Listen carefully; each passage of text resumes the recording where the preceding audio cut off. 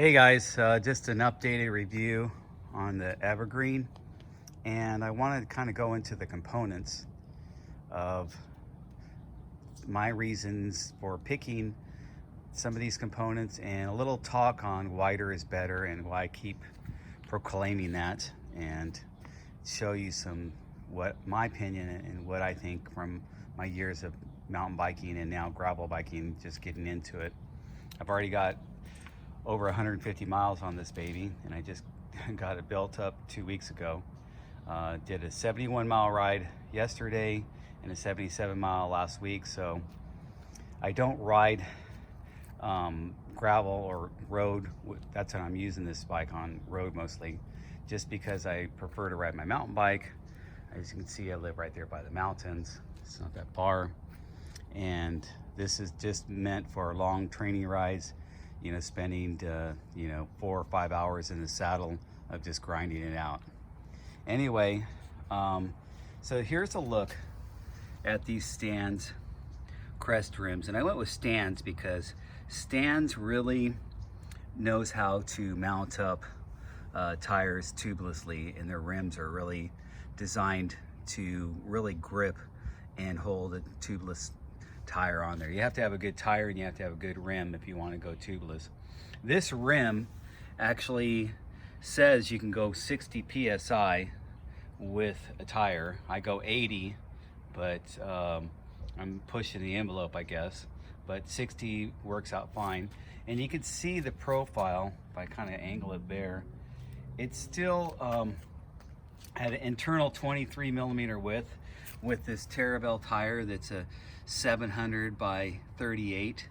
It still balloons out a little bit. Probably I'm gonna go smaller with my tires, gonna do a 700 by 36 or 34 or something.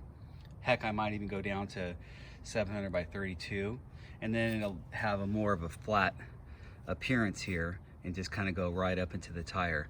I'm not too concerned about speed and riding just on a rail. I want my tires to be comfortable. That's why I chose Terravel tires, and that's why I like wider. That's another thing. Wider is going to be more comfortable, where a narrower, really tight balloon type tire is probably going to be less comfortable, but maybe faster when you just go high pressure. So that's how it looks. And then let me give you a perspective based on mountain biking.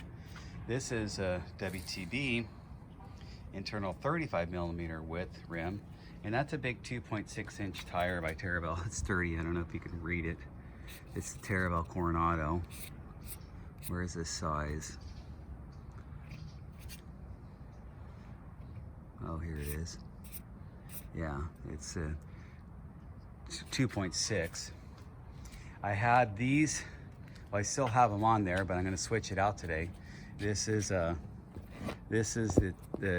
Terravel 2.3, and I have this on a DT Swiss 481, which is a 30 millimeter internal width rim, and I'm about to replace it with this one, which is 2.5 on that same 35 millimeter rim that I have up front.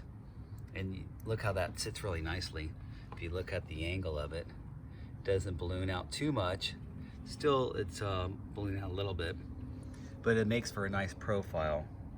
I don't need a super rounded profile. I like a flatter profile. To me, that's more stability.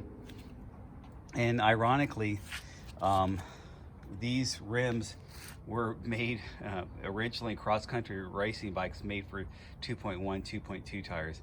I can't even see how a guy would like that on a mountain bike, but on a gravel bike they work perfect. So anyway, that's a look at wider is better. I would say if you're really wanting to get a comfortable ride, go with a wider rim. And even when you go with a smaller tire, like that's a 2.3 tire, it's still not that bad to have a nice wide rim to put that on there.